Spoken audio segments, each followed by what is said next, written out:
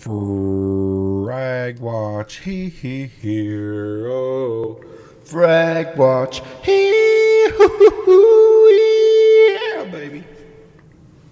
Today we're going to be doing the initial impressions video, the EndGame gear, OP1 wireless 4K. Good mouse. Here's a mouse.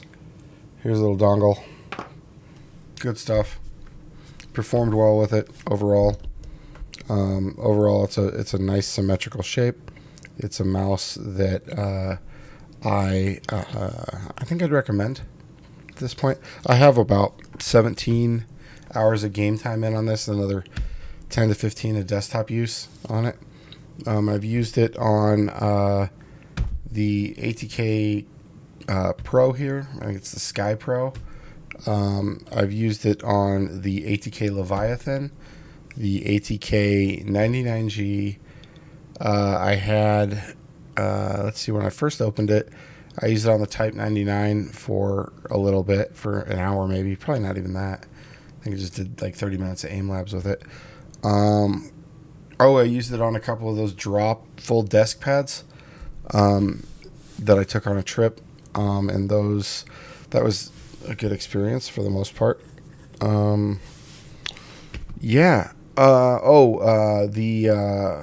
was that? I think it was the SP004 Twins glass pad that I had out at the end of December. I used that. It probably was only an hour. I used like 3 mice on that. So yeah, I think this was one of them. Don't quote me on that. But so I might not have glass experience with this right now. I'll make sure to get that in to refresh my brain, or get that in there for the final review. Okay. The good. It's good for claw grip. Good for hot grip for me. My hands measure 16.5 by 12.5, 12 on some days. Hopefully 12 soon. I'll lose some weight. My pads are really thick. My palm pads. Drumming, video games, most of my life. Yeah, here we go. EndGame gear. This is a good coating on this. I really enjoy it. I don't know whether it's a trend with all or most of the new mice coming out, but they have this like matte powder coating that like gets better over time.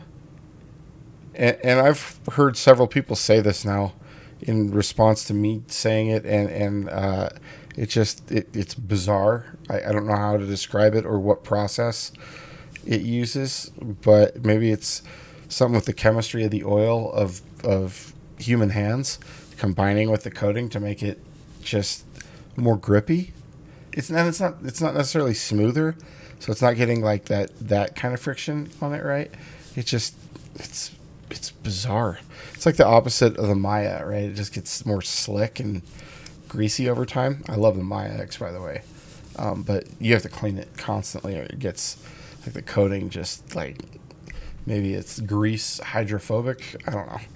Anyways, it seems to just, man, it's real grippy. It's unbelievable. Yeah, the clicks. Let me turn this off so I'm not actuating shit all over Windows. About 0.5 millimeter pre-travel. Hope you guys can hear the click to see where I'm actually actuating it. Stepping is nice and crisp on this bad boy, both up and down. Very crisp. Like, just like rolling it like a revolver chamber and seeing if it clicks into place. Oh, there was a misstep. Oh, there was another one. So if you're a jumper, you're going to need to make sure it actuates. It's some of these with steeper stepping, with steeper little grooves for the scroll wheel. If you're jumping in a game and you're flicking like that, you need to just make sure, do that extra little tap to make sure it actuates on your final little thing, your final little flick. Here's the side buttons. Again, about 0.5 millimeter of pre-travel. Check for wobble. Oh man, that voice.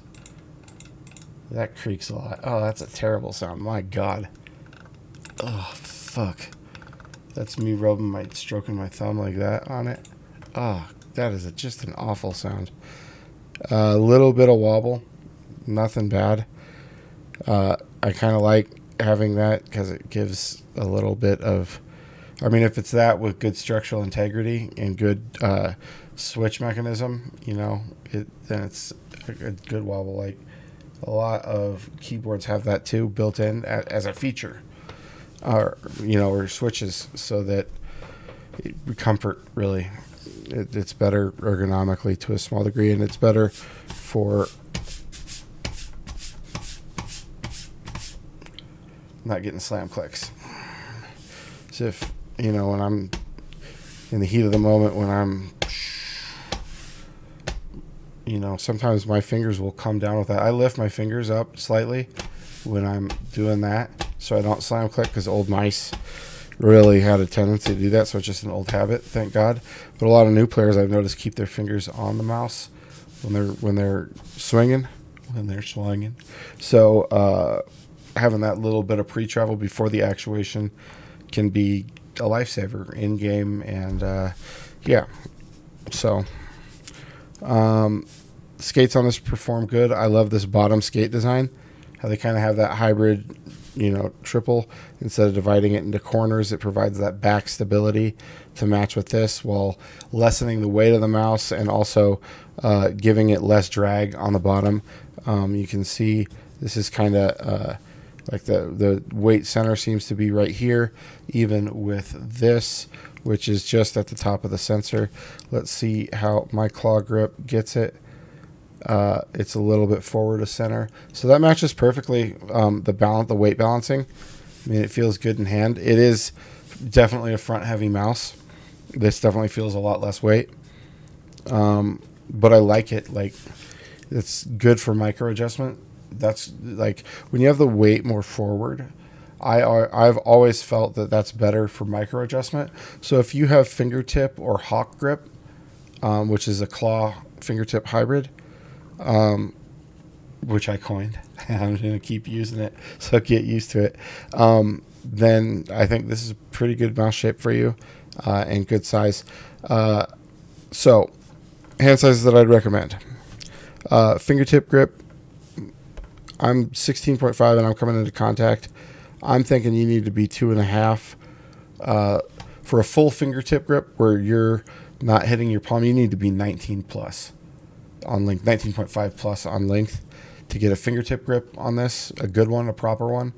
Hawk grip, anywhere from 18.5 and up. 18.5 to probably 20 would be good for hawk grip. Width on those, I think for width for claw and fingertip grip, anything between 9 and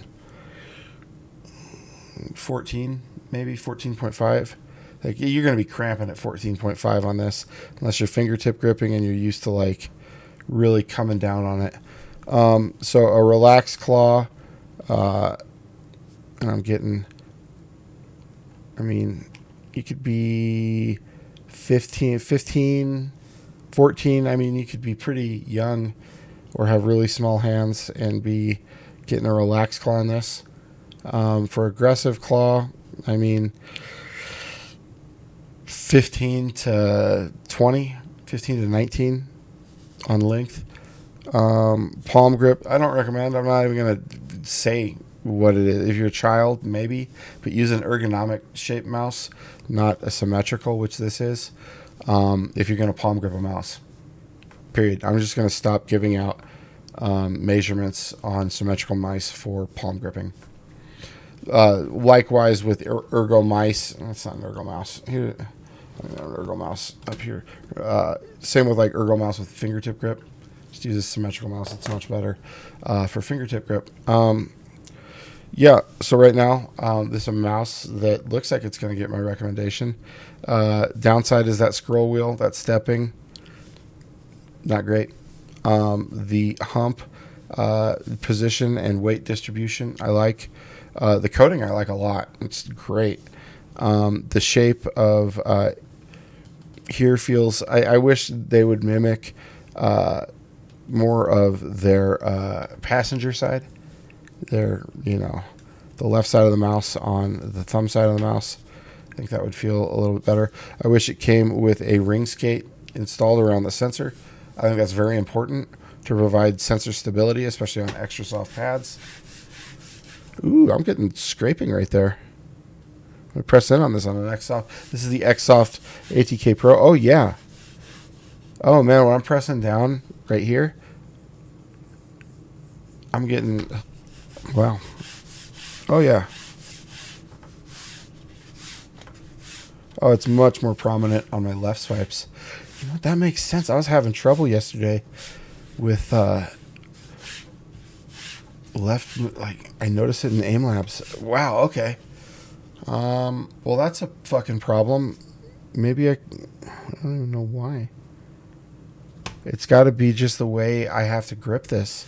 It's like, right. Oh, yeah. Can you hear that? Oh, yeah. Big time, big time, big time. That's why. Oh, man. I didn't notice that yesterday. Okay, well, I'm going to have to think about that for the review.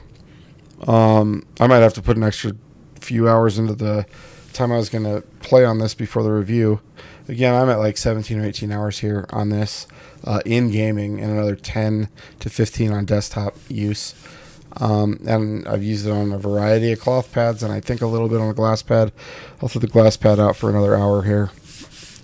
Play on that today, do some aim labs. Oh man, I bet this is going to scrape horrifically on glass. No, you know what? Maybe it's just that this is Xsoft. Anyways, I'll test it out. I'll let you guys know. Turn this bad. Oh, here's the underside of the mouse. Undercarriage, pretty plain. You got your mode button here, which is going to adjust things. And you got your on and off switch. Pretty basic. There's a front tippy boy. You got side. You got your indicator light, like right here. All right. FragWatch out. I'll review out on this sometime this week. Glad to be back in the saddle. Catch you guys later.